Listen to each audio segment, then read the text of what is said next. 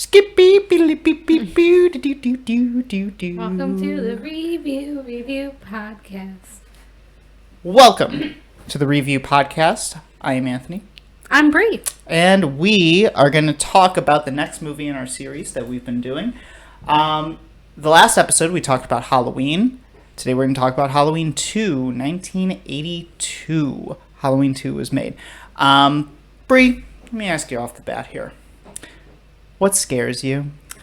Well, what really scares me, strikes fear into my very, very bones, is a Sunday night before you have to go back to work the next day. Oh, dude, that sucks. It's so scary. Well, luckily, we're on break right now for the next 4 days until we get to go back to school. We're both teachers.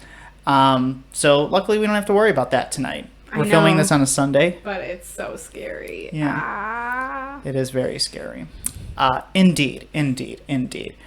So, Brie, why don't we get to the segment that you might hear some jingling in the background. Kaido is here, our little puppy dog. Hopefully he doesn't cause any trouble. We tried playing with him like a tremendous amount before. Oh, he's laying? Is he laying right now? We tried playing with him a tremendous amount before we started the podcast this time over, and it seems like it worked because he's not bothering us as much. He just wants to hang out here. So, Kaido on the sticks. Kaido is going to be our audio engineer for today because, boy, have I been working my tail off trying to get this podcast off the ground, trying to get our audio situation figured out because last episode, not so great. But we're trying, like, with anything that's new, just give us grace as we figure it out. Yeah, we're not professionals here. We're literally broadcasting this out of like our guest room. You can see the walls are a little bit bare, and I got my Yu-Gi-Oh card posters up there. Got some Mothman here. Yeah, we got Mothman as well. Brie, why don't we start with this? Since we are on Halloween 2, we ended Halloween 1 with Brie's Treats. So would you like to give us some Brie's Treats today? Okay, so we're gonna grab our snacks. Today's Brie's treat to go with Halloween 2, since it takes place majority of the time in a hospital, we are going to make some Band-Aid biscuits. Ooh, Band-Aid biscuits. Yeah, you're going to need some strawberry or raspberry jam, white icing, and vanilla wafers. And you're going to kind of make it... Like a sandwich? Like the vanilla the long Yeah, like vanilla... are you going to make it like the... No, so you're going to make a little, in the middle of the wafer, you're going to make a little box with the white icing. And then on top, you're going to do a dollop of a dollop, like a tiny little scoop of the strawberry or raspberry. So it looks like it's a Band-Aid and someone used it. Oh, it's a used Band-Aid? Yeah. Because they're in a hospital? Yes. I wish we had Band-Aids in this movie because, boy, was it a little bit more bloody than the last one. But yeah, Band-Aid biscuits. It's going to be a used Band-Aid. And for your beverage, you're going to want to, you can buy these online or at any kind of, I think probably your best friend is Amazon. Oh, I was going to be like, go on. And you're going to buy, they sell like the fake, like IV bags, and you're going to fill that up with a juice of your choice in like a little juice box. So... get your juice, get your Band-Aid biscuits, and we're ready to dive into Halloween 2. Nice. I wish we had that going in. We should actually make these. Like, I thought about it. Yeah, we should actually make these. So here's an idea. Podcast first. Here's an idea as we're brainstorming right now. We can make the treats while we're watching the movie, or we can make the treats to eat on the podcast. I would say, now that I'm thinking about it in real time, I don't want to eat it. Yeah, into the microphone. But I'd love to show them to you because these would be super easy to make. Yeah. Cool. Getting into Halloween 2. Halloween 2 is our sequel to Halloween 1 from 1978. This one was made in 1982. John Carpenter did not direct this movie, but he and Deborah Hill came back to write it and produce it. The director for this movie is Rick Rosenthal. I believe the movie was made for a $2.5 million budget, so significantly more than the last Halloween was made for. Yeah, you couldn't tell, though. Really, you couldn't tell. I think it was all used on the blood, honestly. So, budget is a little bit more. Box office, I think I read 25 million at the time. Pretty good. For a $2.5 million budget, that's pretty good. So Carpenter doesn't come back for this one. And I'll preface our conversation with this because I'm going to interchange a lot of what we're going to talk about here with some stories about the behind the scenes. Because behind the scenes of this movie is actually quite interesting. I'll preface this with saying the infamous story about this movie is that John Carpenter wrote this movie in a short period of time with a six-pack. Like, he hammered it out. That's the story. I don't know if it's true or not, but that's the story everybody goes along with. And I don't know, it makes sense. Yeah. It's a crazy movie. If you look movie. at it in a couple different ways. So this movie takes place, so it's filmed 4 years after the first. Yes, but we pick up like during the events of the first. So it's like it's the same night. Yeah. It's literally directly after the first movie. The whole like first maybe 3 minutes. Well, it's the last like 4 or 5 minutes of the first movie. And then the moment Loomis walks out of the Doyle house is the moment where it becomes Halloween 2. Mm-hmm. So, my big comment here before we get into this is I wish we had more of the scenes in the neighborhood. Because we open with that, and it's like directly after. It's what happens after Loomis sees that Michael's no longer there. The police come, everyone's coming out of their neighborhood houses, and we see just everybody reacting to Michael Myers. And I think that's such an interesting concept. And we got a little bit of that in Halloween Kills, which we'll cover a little bit later. And that was a cool concept. I always think it's a nice concept to see how everybody reacts to Michael Myers. But I wish we got a little bit more of that.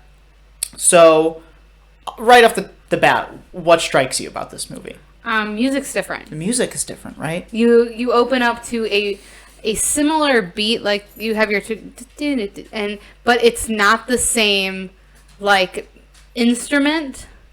And it's synthier. It's more synthy. And we're like, I looked at him when we started watching. I was like, this is a different song. Like, this is not the same song. John Carpenter is credited for the music along with somebody else whose name I couldn't pick up in the opening credits. So I'm wondering if Carpenter is credited simply for like that original tune, and they revamped it for the 80s. Because that's what it kind of seemed like. This is an 80s movie pretending to be in the late 70s. For sure. Yeah, so it's a little bit more synthy. It's almost like it's like orchestral in a way, like at the end. What do you think about that pumpkin in the beginning of the movie? I mean, it stood out to you like right away. Yeah. And what stood out to me I said, oh, that's cool. What stood out to me is, do we notice that the pumpkins look like pumpkins? Yeah, I think that was an actual pumpkin, right? Yeah, they probably actually used real. I didn't research the pumpkin, but like knowing that you're gonna need pumpkins for this one, it's like, yeah, we can't film in the summer. We have to film at a good time. Sorry, he rebounded pretty quickly from that. Yeah, now he's being a terror in the back. You can hear the squeaking. Hopefully you stay with us during that. We can't stop it. We can't. It's the joys of having a child. A fur baby. A fur baby. So we get that opening with the pumpkin, and it crushes into the skull, which is really cool. Then we get into the beginning of the movie, where it's a direct continuation of the first one. Michael Myers, not played by Nick Castle in this movie. Michael Myers, played by a stuntman named, and get this name, Dick Warlock. Great name. And Dick Warlock has stated that he used the same mask as Nick Castle from the first movie. He used the same mask. Doesn't look the same mask. Like, no. Right off the back, we're like, sure guy. Mm-hmm. Sure guy. Yeah, that was one of the things that I wrote down here, was that the mask looks weird. Like, it looks somewhat similar, but it looks almost like it's... And maybe crucify me if I'm wrong, or if you disagree. I thought the mask looked like the face was kind of smushed together.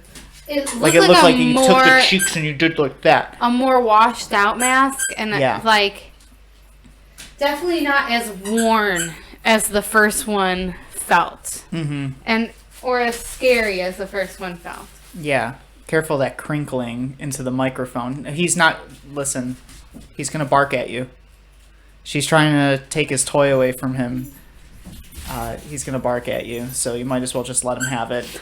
And we might as well just deal with it until he tires himself out. Squeak, squeak, squeak. Squeak, yeah. Squeaker, squeaker, squeak. Okay, getting back into it. So, definitely not the same mask as the first movie. It looks a little bit weird. I think they show his eyes a little bit too much. And that might be it. We talked about why it could look different even if it was the same mask.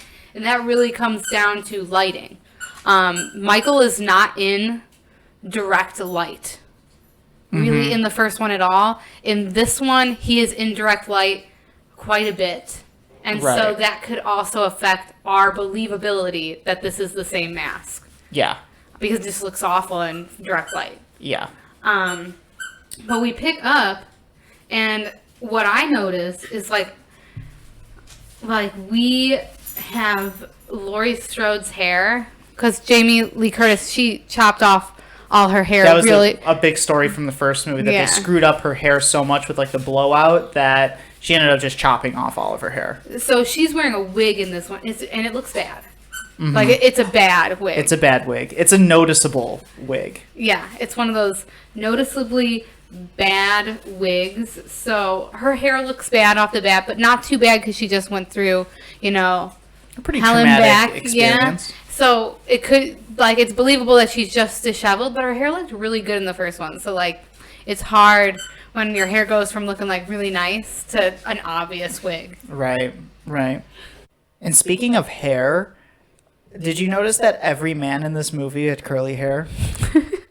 Good. Curly hair men don't get the respect on their name. Did you write that? No. Oh, you looked at your notebook like you had written that curly-haired men don't get respect on their name? No, I wrote a comment about that. I said, why does every dude in the 80s have curly hair? That's the style. My dad even had curly hair. That's weird. I don't know if it's natural curls or is it a perm? Most likely a perm. Perms were big. My mom had a perm. My dad had a perm. It was the 80s. It was the 80s. So, Jamie Lee is taken into an ambulance, and she's with hunky EMT, Jimmy. And right off the bat, so Jimmy is not a person that Laurie really knows. Jimmy is the older college-age brother of a boy that's in school with Laurie. So we don't even know if that's Laurie's friend's brother, or this is just a random guy she has never met before. But we'll bring this up. Jimmy does not leave Laurie alone for the duration of this movie, which I think is kind of weird. Yeah, Laurie, she's in high school. This is a college-age man. Yeah, this is a college-age guy.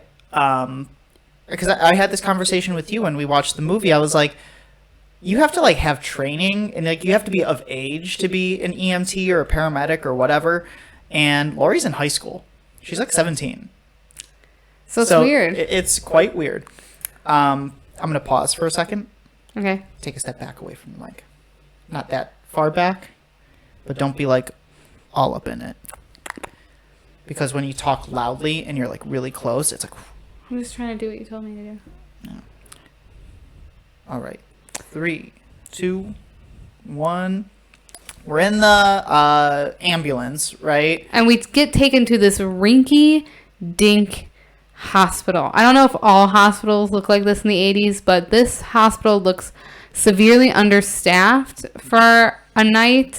Barely anyone works here, and the doctor is drunk. The doctor is drunk, right? Didn't they say he was just coming back from a party or something? Yeah. And he asked for 4 cups of coffee. Yeah, he's drunk. He's a drunk boy. I wrote that down. It's doctor's drunk, LOL. They even say he's drunk. And he wrestles with the fact he doesn't think that he did what he did correctly. Yeah, he has that scene where he's like, "Oh, I hope I did okay by you, Laurie, and I hope it's gonna show minimal scarring." And I'm whatever Jesus. you did is gonna show minimal scarring. Meanwhile, our B story, Loomis and Sheriff Brackett are driving around looking for Michael Myers. I wrote a comment on here. Loomis has nothing to do in this movie. Like, he's just there. Right? And I said, one thing, it's like everyone's saying to Loomis, like, this is your fault. You did this. Why'd you let him go? And I'm like, he didn't. He went to go grab him, and he was already afoot. Like, I was like, I don't really like Dr. Loomis, but he didn't do nothing wrong. And Loomis says maybe, like, he goes on these long speech about how Michael is so evil and he doesn't even think he's human and all that good stuff. And I'm just sitting there thinking, what a bad doctor. We had this conversation in the last episode. I was like, what a bad doctor. Because he says something, Michael was the perfect patient. He didn't talk. He didn't react. I was like, that's the perfect patient? Like, no, that is a troubled patient that you need to be working with, dude. And he's like, I just gave up on him. It's like, all right, yeah, that makes sense. You just gave up on him, dude. So Loomis and Brackett are roaming around looking for Michael, and then we get to maybe the best scene of the entire franchise. And the worst death. So all of a sudden they see some guy walking across the street, right? They see some guy walking across the street in a similar mask to Michael Myers, because we're supposed to be under the impression that this is a common, like, Halloween mask that you just, like, pulled from the store. So this kid's walking, and Loomis gets out of the car, and he's like, oh, that's him, let's get him. And guy's walking, he sees Loomis, continues walking, and Loomis pulls out the gun. He turns around and he walks the other way. And I wrote down here, I was like, one, it's weird because it's super late, right? After 7, kids are still out. He's walking home from a party with his mask on. He's drunk. But it's like, if someone... We find that out later. I was like, but if I'm walking and someone's like yelling at me and I'm like, who they yelling at? And then they pull out a gun, I'm taking off my mask. Yeah. I mean, like, okay, I'm not the guy you're looking for, my guy. Yeah. So this is where we get to Loomis shoots at him, or is like about to shoot at him, I think, and then Brackett stops it. But all of a sudden, a police car. The police killed this guy. So the police car rams into this dude full speed into another van, and then the van blows up. And he's like sandwiched in there, like, this boy is... They could have just run him over. Like, dead. Like, he's really dead. Like, really dead. Meanwhile, the real Michael is just out there chilling. Roaming around, yeah. Roaming. So they could have just ran this dude over, but instead... Fire. They blew him up as well. And then they showed his charred body on the screen. And they're like, oh, the dental records, they're even charred themselves. It ends up being... It's Ben Tramer. Ben Tramer. Poor Ben Tramer. The love interest of Laurie in the first one. Referenced briefly in Halloween 1 as Laurie's potential love interest. He does not meet a good end. Which is sad for me because Ben Tramer holds a significant place in my heart. It's his drunk Sona. Yeah. Well, my phone, because I like to keep an alias. I don't like people finding me on, like, I don't know, like AirDrop or something. Similarly, I am the same way. Yeah. So I have an alias, and it's Ben Tramer. And I also have an alias. My friends always go, when I started doing this, they were like, who's Ben Tramer? I was like, it's the most obscure reference. He's the dude in Halloween 2 that gets run over by the police and blown up. So, rip and pepperonis, Ben Tramer. Rest in pepperonis. Yeah. Unfortunately, poor Ben Tramer. So at that point, Sheriff Brackett is told about the murders at the Doyle house, and he's told about Annie, who is his daughter. And we rush back to the Doyle house. We, get this whole scene of Sheriff Brackett, like, kind of grieving over his daughter, and blah blah blah. And then we see an old lady making some late night Sammys for her and her husband, and I still can't get over the fact that it has to be around 9. Like, who's making a sandwich at 9 o'clock? Especially an old person. And unfortunately, they meet their demise. These old people. Well, and then this is where this movie is kind of different than the first Halloween, because it establishes itself as using the same techniques that Carpenter does. The point of view shot, looking into the house from Michael Myers, the peripheral, that Michael's like always in the peripheral. But then he just kind of shows up. And Michael is not stealthy at all. There's no tension being built up. It's just Michael's here and Michael's going to kill you. And he goes into the house, he murgles this lady, steals the knife, and then just like walks around the town. I guess that is weird. It's a weird death. And it's just strange. Like, and then we cut back to the hospital. So it's like you get from back to the A story at the hospital, and it picks up with this Jimmy character, and he is so worried and asking the nurse about how Laurie's doing. And I'm like, mind your business, man. And then the nurse gives out her private medical information I didn't notice to that. Jimmy, and she's like, we gave her this much medicine. If she's still awake, she's made a steal. And I'm like, he's not Hippo. Another. Isn't that Hippo? Yeah, he's not Hippo. I'm like, he's not a doctor. I don't even know if EMTs like are medical staff able to like have that information.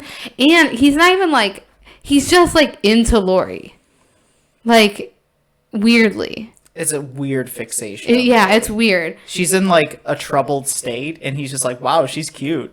Yeah, like that's so a weird thing to think about. Back to Annie, I wrote a comment. I brought this up to you. This is the first time I noticed it in rewatching this movie. So Sheriff Brackett puts his hands over Annie's face to like close her eyes, and Nancy Loomis blinks. The actress playing Annie like noticeably moves her eyes when he touches her eyes, which is like a natural response to do, but I caught that. Loomis has a speech on, oh wow, I was with Michael Myers for 15 years. Same speech he gives from the first movie. This is all he does the entire movie, is give speeches about the same thing. I noticed that the movie tries to use a lot of the same scares in the beginning as Carpenter used in the first movie, where like the kid runs into Michael Myers and it's that like the loud screeching noise. Michael's walking around the town, nobody's noticing him because he's just like a dude in a costume. I was like, this man would be straight up walking everywhere, like he like for a man who hasn't been in this town for 15 years, he sure knows how to get here, there, and everywhere. Yeah. Oh, maybe he's following. There's a sign that says like to the hospital. So he's following signs. So I was like, this man be walking everywhere. Do you know how to read? I don't know. We don't know. He was 6 when he went away, assuming that he probably. 6-year-olds, correct? I teach 7-year-olds. Do they know how to read? So he should. Not all of them do. So I'm going to bet Michael doesn't know how to read. No, but you would assume if he went away, they have to teach. Like, they don't stop teaching kids just because Loomis also says that he was, like, unreachable, right? That doesn't mean he's dumb. Yeah, I guess. Maybe that's a false equivalency. Yeah, so I wrote down, like, wow, like he's just like going here, there, and everywhere. That sign said the hospital. He had to be able to read the sign that says this is to the hospital. Because nowadays, if you want to go to the hospital, they have the words and then they have like the symbols that say like this is a hospital. And then we cut back into the hospital, and they're trying to get a hold of Laurie's parents, but this is the era before cell phones. And they can't reach her parents because they went out to a party, but they left the party, but they're not home. So it's like, we can't get a hold of the parents at all. Yeah, I wrote Laurie's parents, ? Like nowhere to be found. Because it's established that they were at the party with the doctor. Oh, okay. So that's how he knew to call the party to get a hold of the parents. That makes a lot of Which sense I'm like, her parents are real estate agents. They're partying with a doctor. What is this town? Full of idiots, because I saw Halloween Kills. They're all a bunch of idiots. We'll get there. Behind the scenes note. Stop for a little behind the scenes note. There's a lot more gore in this movie. Once we get to the hospital, Michael just starts like murking people. Yeah. And it's very brutal. It's very gory. Got some pretty like gruesome deaths. This is an aggressive movie, and this is an angry movie, I think. And Carpenter, when he was writing the movie, and as he was producing the movie, first of all, let's preface this by saying, I mentioned this to you while we were watching it. I'm like, there's a reason why a lot of the performances in this movie are pretty half-assed. Well, because I noted that when Laurie's trying to leave, like she's like, even though they say that Michael's dead, he's not dead. I know he's not dead. And she's trying to fight in the bed. And I'm like, man, if I was trying to get away, I'd be thrashing a lot more than she's thrashing. Granted, she's been injected with a sedative, but I'd be thrashing a little bit more. And I noticed to him, I was like, she's not thrashing. He's like, yeah, there's a reason for that. Like, nobody wanted to be in this movie. Nobody wanted to make the movie. So Erwin Yablitz and Mustafa Khad wanted a sequel, and Carpenter was filming The Fog at the time, and they kind of fought for the rights to Carpenter's movies and what they had contracted Carpenter to do. So he was pretty much contracted to write this movie, even though he didn't want to. Carpenter had always said he feels like they told the story that they wanted to tell with the first one. There really wasn't anything moving forward. So that's where we get the story of Carpenter wrote it in like a day with a 6-pack of beer. John Carpenter initially asked former crew member and friend of his, Tommy Lee Wallace, to direct the movie. Wallace denied, and Carpenter chose Rick Rosenthal, who was an unknown at the time. And they butted heads because, and it was over the gore aspect of this movie. Carpenter was actually the one who pushed for the gore, which is a weird thing to note. Because he was so against it in the first movie. But as Carpenter was writing the movie, he thought that the trajectory of horror movies in that era was moving towards something that was a little bit more gory, and he wanted to push towards that a little bit more. Rosenthal directed a movie that was pretty in line with Carpenter's original Halloween, where it wasn't like super gory. There was blood, but it wasn't a lot.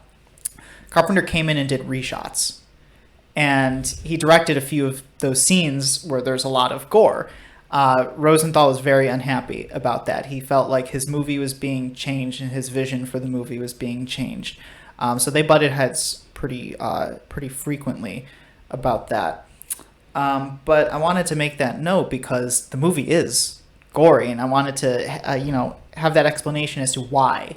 And as we get through the Halloween movies, get progressively gorier. Yeah, they get more brutal, but this movie I think is particularly angry and aggressive. As we get into it, there are a number of crazy deaths in this movie. A lady gets drowned in scalding hot water. Well, I wrote that drowned while her face gets burnt off. Let's bring up that scene. First of all, hospital hot tubbing. Brie brought this up as we were watching the movie, like, do all hospitals have hot tubs? And I was like, I know it's not like an actual hot tub. It's like a bath. Mm-hmm. That's in, but I'm like, why is it in? I don't know what they use that for. Doctors and nurses, what do they use those for? Bathing old people, maybe. Like, but why do you need a scalding temperature? Got me. I don't know. And I said, they both get into the tub, and Michael's messing with the temperature. He turns it up to like the hottest it can go. And the woman's like, hey, like, it's hot in here. And the other EMT had the nerve, the absolute gall to say, it's just me. Absolutely not, my guy. Absolutely not. No. I was like, it's definitely, if she's telling you that the water is getting hotter, like, he should notice that. Shouldn't his ween know that it's getting hotter? I don't know. Do you know?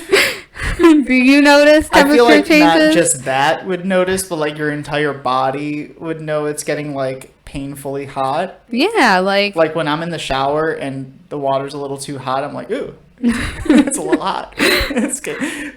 Ooh, it's quite hot in here. And then we cut back to the after there's a death. He gets strangled because she wants him to go check the temperature. It's almost off screen. He gets strangled like off screen, like in the background you see it. She doesn't see it. Her back is turned. So then we get the creepy.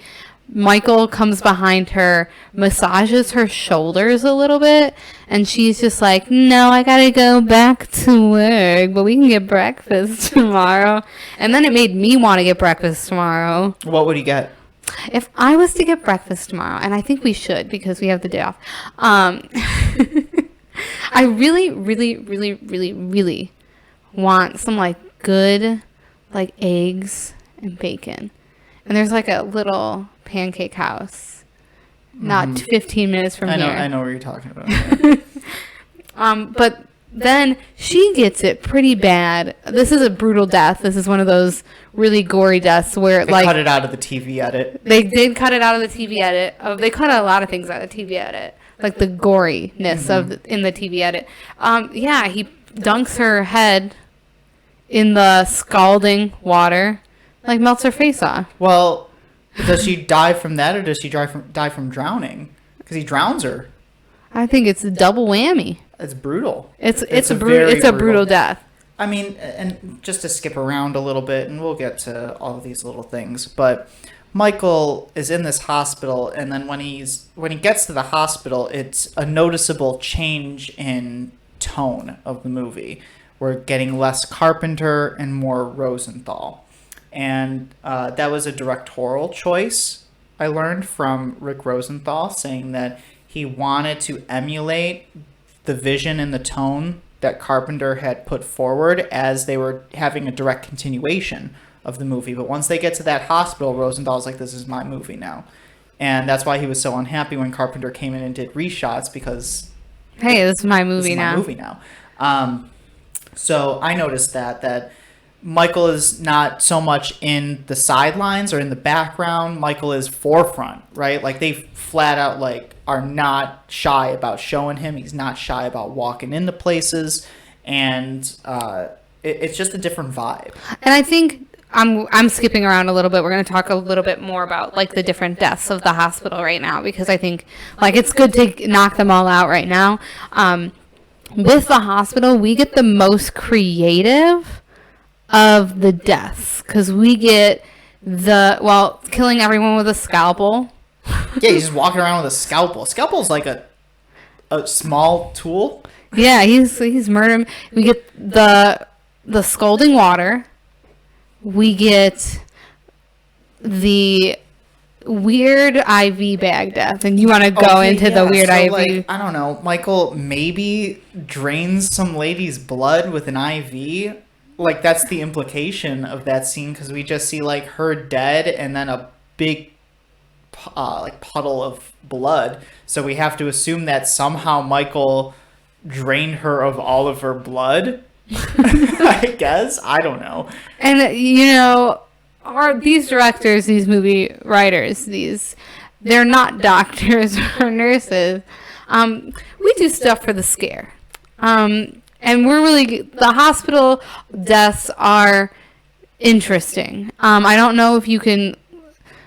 I mean, you probably could murder someone with a scalpel. I don't think Michael did. Michael literally stabbed a lady in the back with a scalpel and lifted her off the ground. It's a little tough. We mentioned yesterday how Bob, his death was kind of. I think the scalpel would crack in half. A scalpel's not a strong tool, or like bend that. At least, right? Because like to lift the whole body up, woman has to be 130 it's a small tool. to 140 pounds. It's not just Michael having to be very strong, but the tool has to be strong too. And I don't think a tool is that strong. Yeah. Maybe we didn't think about it as much. No. Mm-hmm. And then we cut to our B story, and in our B story, they're like, he's been to the elementary school. He's at the elementary school. And then you get to the elementary school, and there's like a knife stuck in the teacher's desk. And there's like a family picture of like a mom, dad, sister, I wasn't paying brother, attention to and this little scene. sister, and the knife is through the little sister. And that's before we get the whole Lori is Michael's sister. Yeah, we get that a little later. We get that a little later, but on the chalkboard is the like Celtic word Samhain, which is butchered by Loomis's character. He says like Samhain or something. Well, do you think they were really gonna tell Donald Pleasance like, hey, you got to pronounce this ancient Celtic pagan word? And let's get into like Samhain. So Samhain is a pagan holiday. It is a Celtic holiday marking the end of the harvest, the transition from like summer, fall to like more winter, and it's celebrated the thinning of the veil. So there's 2 times within the pagan year where the veil between the dead and living is thin. And Samhain is one of those times. The other time is at the spring equinox. Don't quote me on that. I have to really like look. But it's celebrated with food and drink. People dress up in guises. And they would go around not trick or treating, but knocking on doors and like asking for food and like treats. So it's a holiday, and it's not a scary thing. But he's like, Samhain, that is the god of death and destruction or something like that. And I'm like, no. And I was like, also, that's not how you say it. Because just like Saoirse, not everything is pronounced how it's spelled. Yeah, that's true. Yeah, I was just listening to you talk about that. I don't know, diddly squat about paganism or witchy BS. I'm not a witch. Unlike the dude who played Michael, whose name is Dick Warlock. He might know a little thing or two about Sandheim. Samhain. Samhain. So like sow, like a female cow, and then it's like an EI sound. How did he pronounce it again? Samhain? It's like Samhain or something. Samhain. Which is how it's spelled, but that's not how you pronounce it. And I just thought, wow, no one bothered to tell this man how to pronounce this word. I don't think they knew how to pronounce the word. Again, I think we're thinking about it more than Carpenter did when he wrote this. You know what? Like, that comes out of nowhere. I know. They're like trying to like, why would he even write that? Like, they don't follow up on it. They don't. Michael?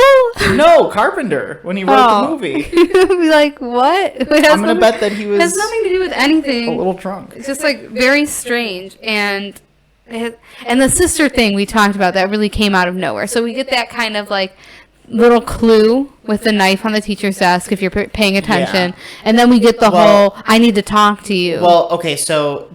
Nurse Marion from the first movie comes back, and she's like, oh, Dr. Loomis, I have to talk to you outside.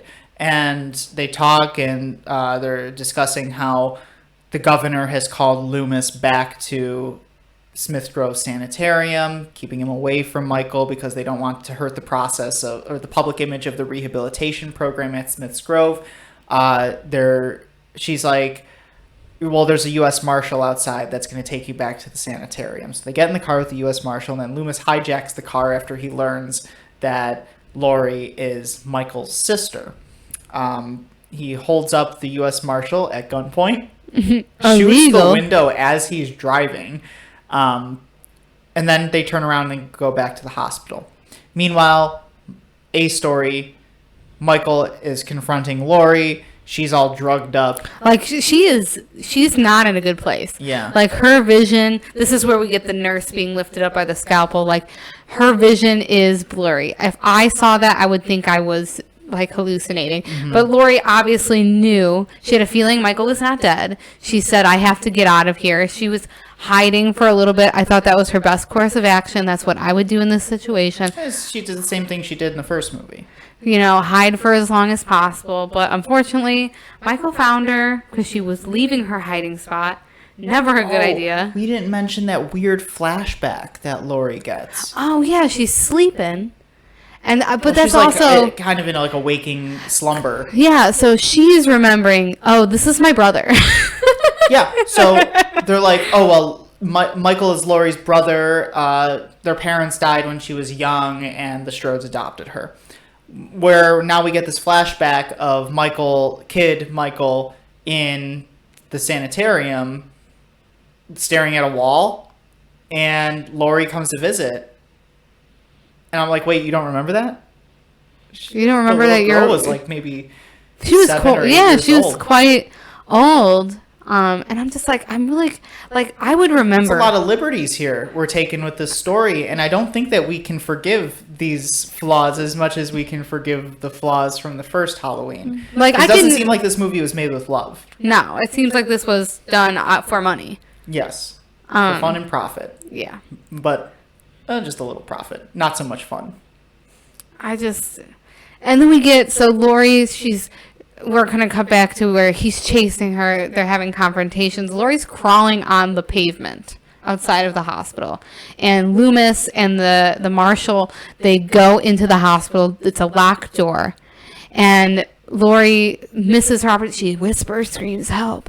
But then once they're inside, that's when she's actually able to get out a scream.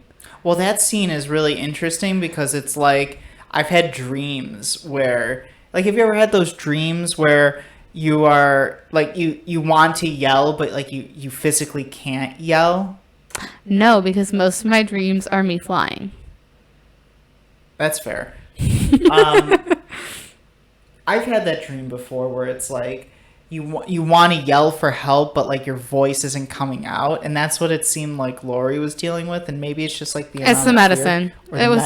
Oh, you think it's the medicine? Yeah. I think Laurie would have been in a lot better shape if she wasn't so heavily sedated, which was the doctor's fault. Drunk doctor's fault. So they walk through the door, and then she finally gets up. She's running because Michael's trying to get her. Michael is never running.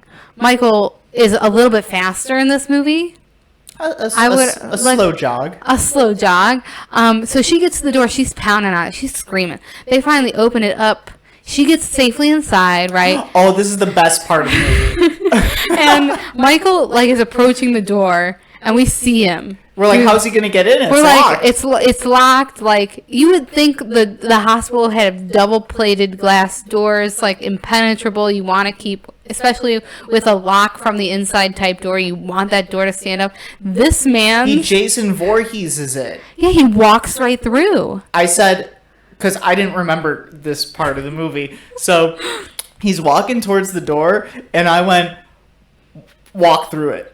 I said, loudly, I just went, please walk through it. And then he walks through, I go, let's go. And I think this is where Anthony and I differ with what we think about the character of Michael Myers. I'm like, where does he become supernatural?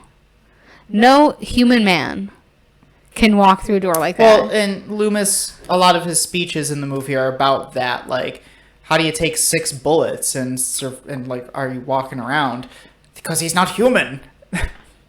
He's not human, I tell you. And then that's not the only door he murks in this.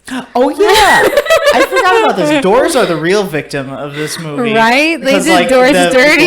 That glass door gets shattered by Michael just plowing his body through it. And earlier in the movie, when he's chasing Laurie, initially she's trying to hide out, and so there's this like. No, it's after. Is it after? Yeah. So there's this door with like a glass window, kind of like on the top middle. And Michael's like outside of it, and he breaks the glass window and then realizes he still can't get through and then punches open the door. And it's either paper or the door looked like construction paper. Construction paper or like really thin like balsa cardboard. Wood. Yeah. Or like something like that. And I'm like, oh, I said, what is this door, LOL? I said that too. I'm like, what kind of door is this that it literally looks like balsa wood or like thin paper? And that's something that's done, practical effects. That's a production thing. Where like most of the time, if someone needs to break through a door, we want the illusion of breaking a door down. Like we're going to get the very thin. It's a fixed door. Like very thin wood to break through it. So it's gimmicked. As a pro wrestling, I'm not a pro wrestler, so any pro wrestlers that might be listening to this and know I'm not in the business at all, but it's gimmicked. It's a gimmicked door. So we get that, and that's where like I stopped taking notes. Because, I also stopped taking notes around that time. Because that's where we speed up at that point because we're reaching the client, like the end of the movie. So Loomis and Laurie are in, I don't know, what is like a boiler room almost. And Michael's got Laurie kind of pushed into a corner. He stabs Loomis.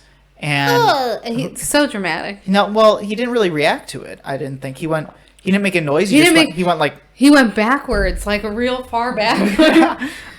Which I guess if I ever got stabbed, I would also fall backwards, be so dramatic about it, like maybe even go and so they would leave me alone. Okay. If anyone ever wants to kill me, I will just fall backwards. Except I'm like, I ain't gonna fight you on it. Like, I don't got the time or the will. So Laurie picks up Loomis's gun, and she's a super accurate shot. She hits him like in 2 both times eyes, perfectly in both eyes. One in one eye, and then the other shot in the other eye. Like she's headshot this guy. She's on drugs, Brie. Yeah, heavily sedated. I don't know how she has that accuracy. Me either. It's that super drug accuracy. I cannot even play the gun shooting games in an arcade once I've had one mixed drink. Yeah. So I'm like, wow. Like, yeah. And then that's when we know that this is acting. This is the beautiful world of actors. This is a cool scene that we get into where Michael is blinded and he is just swinging like a madman. He's just like, and then Loomis in the background is loosening the gas. And he's telling Laurie, you gotta go. You gotta get out of here, girl. And she's like, I'm dipping, and she leaves. Brave man takes his lighter, I believe, right? And he said, "This is it, Michael." And and you know, that's the accent that he gives. It's a very like specific accent for people in Hollywood that are a little bit older. They created their own accent. Yeah, if you ever watched like a movie from the 1950s or like a Gone with the Wind, or that's 30s, but they talk like this, and it's very not a natural voice. I think of a little bit of reference to the movie. They had Night of the Living Dead. I was trying to remember the name. Night of the Living Dead playing in the lady who's making the Midnight Sammy. In her house. I wonder if it was baloney. It's that scene where they're coming to get you, Barbara. And that's like the way that they talk in those movies. That's like the accent that they put on. It was an accent that was created by American cinema. Yeah. Like this is how you talk in the talkies. Yeah. Yeah. So, just going on a rant about movies. Movies are interesting. Movies are cool. Hollywood, the way they talked in a Hollywood produced movie. Right. So a little bit later on in the scene, Loomis puts the lighter up. The room blows up. Laurie, kind of cool guys don't look at explosions, jumps out of the way. She's like behind a little thingy. And if you're me and you've seen all these movies, you're like, we all know that Michael does not get hurt by fire. And there we go, in a man who is obviously in a flame retardant suit, walking off like a friggin' Stay Puft the Marshmallow Man. Hobbling. He's like walking out and you're like, yes, this man is on fire. Mm-hmm. Walking out like it's just another day. Yeah, and then he just collapses, and then we get that scene where like the fire is coming out of the mask, kind of to definitively say he's done. He's dead. Loomis is dead. They're both dead. Good riddance. Bye. And then the movie ends. Well, no, you get the outside. Well, I think it's important to say that Jimmy just doesn't leave this woman alone. They get into the ambulance, and Laurie's like, "We both survived. We survived," and they're like holding hands. They sung the "We Did It" song. We did it. We did it. We did it. We survived Michael Myers, and we left the hospital. We did it. We did it. But I just thought, and I guess it's like we didn't need Jimmy. No, not at all. You could have had that entire movie without Jimmy. He doesn't do a single thing in this movie. He doesn't do anything. Not a lot of these characters do anything. And I guess what we have is a product of the times. So like the first one, like you're rooting for Laurie. This one you're rooting for Laurie. You're rooting for Laurie. You're rooting for Laurie, but like Michael is the star.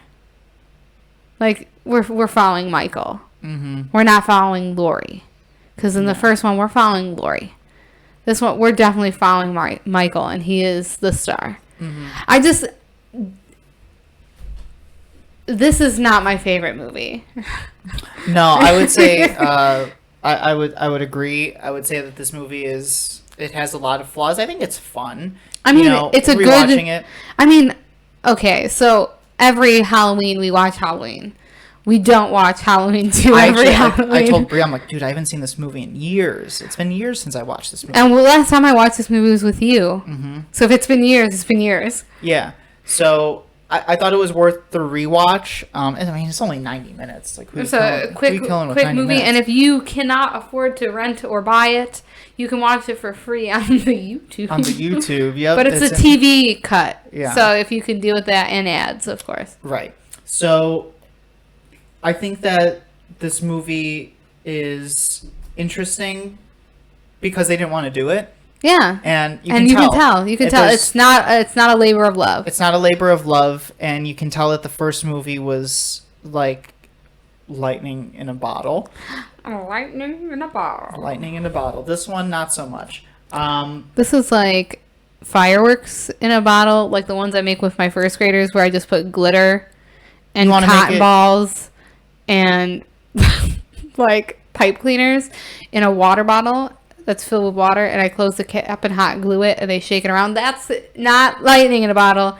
It's little kid craft in a bottle. Yeah, that's a good analogy. Nobody wanted to make it. I didn't want to make it. I don't like bringing glitter to first graders. But it looks nice, right? It looks nice. It does the job. It's presentable. The kids love it. Yeah, it's presentable. It'll make you money. Yeah. So I think that's a really good analogy for this movie. So I guess I don't know. I don't have very much to say elsewise about. That. Here the age-old question: what we're here to do? Yeah. Does this go on your top 100, Anthony? No, it does not. I think that it's worth a rewatch. If you're a fan of the franchise, you're probably going to have fun with it. It's always nice to watch some of these movies just for like shits and giggles. But it definitely is not my top 100. Not on the top 100 movies of all time. Absolutely not. Such a prestigious list like that. I don't know. I don't think so. I love you, Michael, but the second movie's just terrible. I can't. I wouldn't say terrible. I mean, maybe you thought it was terrible. It's terrible. It's bad. It's not great, but it's also not horrible. I've seen worse. Yes, and we will see worse. We'll get to worse. We'll get to. Just hot garbage. So, with that being said, both of us say no. No. Not on the top 100. All right. And then that does it. That does it for the review. That does it for the review. That was Halloween 2. We will be back with Halloween 3 for the next episode. I can't wait till you got into the pagan stuff. Like, just wait till we watch Halloween 3, if you remember that one at all. It's very pagan-y. We get into... And I'm going to do some myth-busting here. Do some myth-busting, please. Because I did it here. Like, Samhain is not... And I think Samhain is mentioned in Halloween And it's not a scary holiday, my friends. We celebrate it in this house. Sure. Like, I just make treats. Yeah. I make really good treats on pagan holidays. So we usually do food, drinks. This past year, what did we have for dinner on Samhain? I don't remember. Me either, but I do. I make stuff for that holiday, and I'll get really into some myth busting because I think paganism gets a bad rap. I think you're gonna like Halloween 3 if you don't remember it that much. Paganism gets a bad rap and everything, and I'm here to myth bust because, like, that's my beliefs. There's a lot of cool behind the scenes stories about Halloween 3 as well. So we'll give it a rewatch. We're gonna get a review and a review.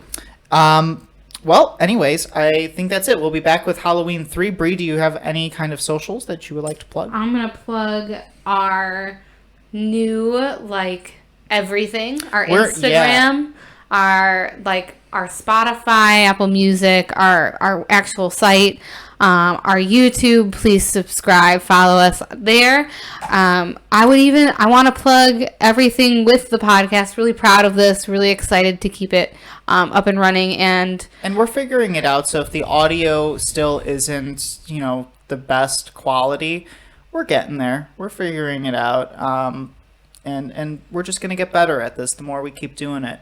So to kind of piggyback off of what Brie was saying, let's plug our socials. So you can follow us on Instagram. For bonus content, you can follow us on Instagram at, oh God, what is it? I'll look it up. You plug our Spotify. So we can, we're available on any kind of podcasting platform that you would normally find podcasts on. We're on Apple Podcasts. We're on Spotify. Instagram review_pod. Review_pod. You can follow myself on Twitter for any updates at GLDTV1.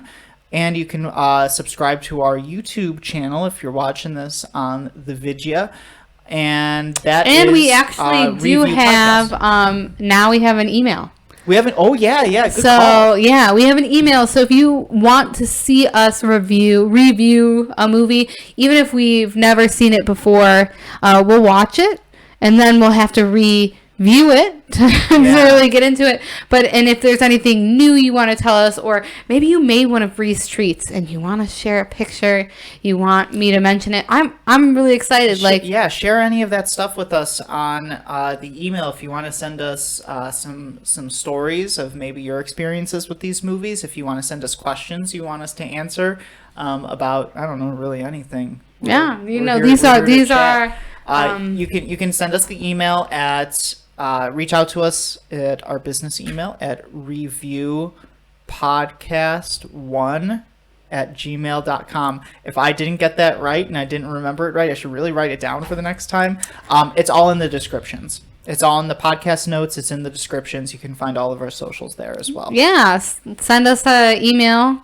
Even if it's just hey, I watch this movie with my dad every year. It's like a tradition. We'd love to hear that. So, really keep up to us. And if you make any of the treats, let us tag us on Instagram because please.